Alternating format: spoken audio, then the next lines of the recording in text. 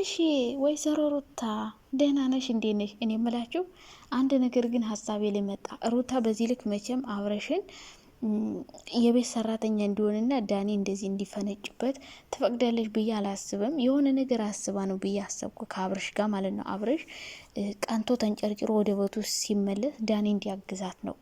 እና እውነት ሩታ አብረሽ የልጇ አባት በዚህ ልክ እንደ ቤት ሰራተኛ ሲዋረድ በዚህ ልክ ሲሆን የምትፈቅድ ይመስላችኋል? የእሷ መፍቀድ ብቻ ሳይሆን አብረሽ እንደዚህ በዚህ ልክ ራሱን አዋርዶ እቃ የሚያጠብ ዳኒ በቤቱ መጥቶ እንደፈለገው እንዲያደርገው የሚፈቅድ ይመስላችኋል? ሞኝ አትናደዱ።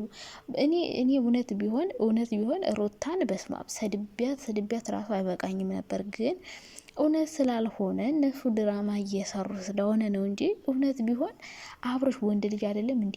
እጅ የለውም እግር የለውም አይማታም እንዴ? ዝም ብሎ እቃ የሚያጠብ ዳንያውም በቤቱ መጥቶ በገንዛ ቤቱ አላጥም ብሎ መቀመጥ እኮ ይችላል። አዎ ቪዲዮ ይዘን ባላሉ ቪዲዮ ቢይዙ የእሱ አካል ከሌላው ሰው የተለየ ነው እንዴ?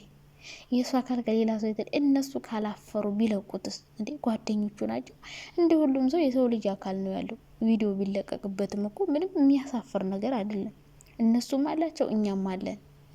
ለቪዲዮ ፈርቶ ነው ልትሉ ትችላላችሁ። ግን ሩታ በዚህ ልክ አብርሽን ዳኒ መጥቶ እንዲፈነጭበት አፉን እንዲከፍትበት እንደ ሰራተኛ ምንም ቢሆን የልጁ አባት ነው እወዳለሁ የምትለው ሴት ናት እና እንደዛ የምታረግ አይመስለኝም። ግን ዋናው ፕላኗ ሄርሜላን ማሸነፍ ነው።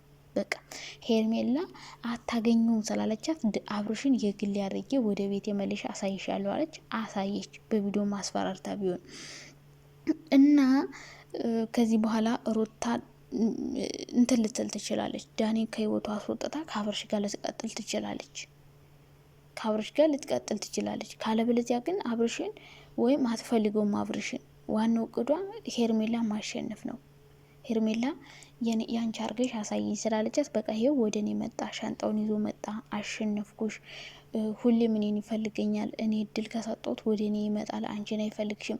በቃ ይሄንን ነገር ፕላን ማሳካት መሰለኝ የፈለገችው እና አንደኛ ሁለቱ ተመካክረው ነው ብዬ አሰብኩ፣ ሩታና አብርሽ ማለት ነው።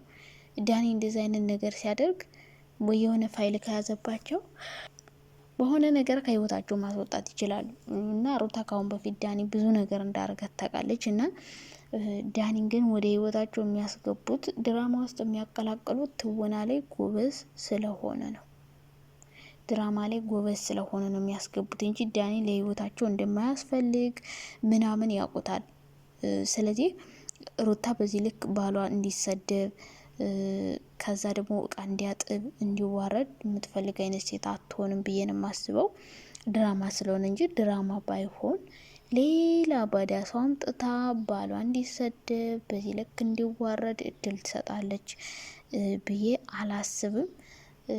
ድራማ ስለሆነ ግን ሁሉም ተመካክረውበት አስበውበት፣ አንደኛ እኛን እንዲያዝናናን፣ ሁለተኛ ነገር በደንብ ተመልካች እንዲመጣላቸው ነው። ምክንያቱም እንደዚህ በዚህ ልክ አዋርደው ሰድቦት በራሱ ቻናል ነው የሚለቁት።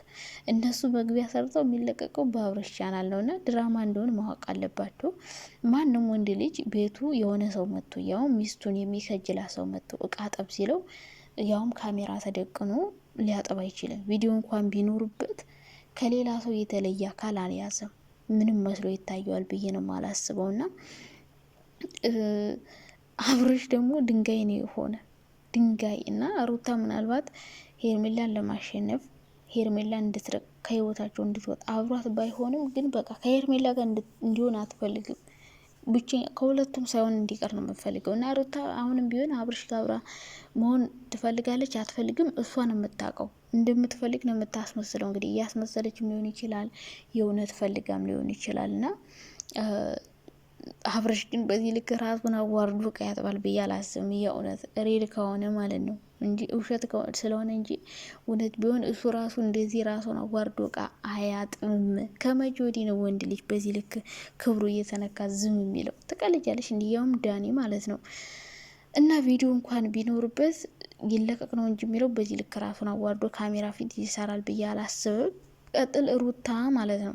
የሩታ አሁን የአብርሽ ገላ ታየ ማለት የሩታም ታየ ማለት ነው። ምክንያቱም የእሷ ነበረ የእሷ ነበረ። እሷ እንደፈለገች ስታረገው ነበረ።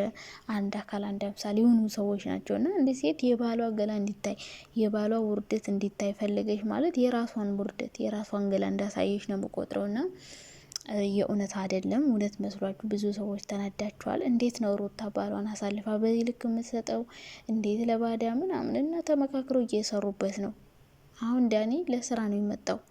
በቃ ይሄ ቪዲዮ የሚጫነው እነሱ መግቢያ ሰሩ፣ በአብርሽ ቻናል ተጫነ። ዳኒም ትንሽ መሸቀል ይፈልጋል ከነሩታ ጋር። ለምን ይሄ ሁሉ ሰብስክራይብ የመጣው በነሩታ ነው። ቻናላቸው ቀዝቅዞ ነበር፣ አይሰሩም ነበር። አሁን ጽጌም ትመጣለች በቅርቡ ምናምን ሰው ይሄ ነገር ጽጌ ከሌላ ሰው ጋር ስትሰራ ዳኒ ብቻውን መስራት ደበረውና ወደ ነሩታ ተቀየረ። እንደገና ደግሞ ከነሩታ ጋር ሲመጣ በጣም ነው የሚታይለት ምናምን እና እየሰሩ ነው ስራ፣ ጎበዝ ናቸው።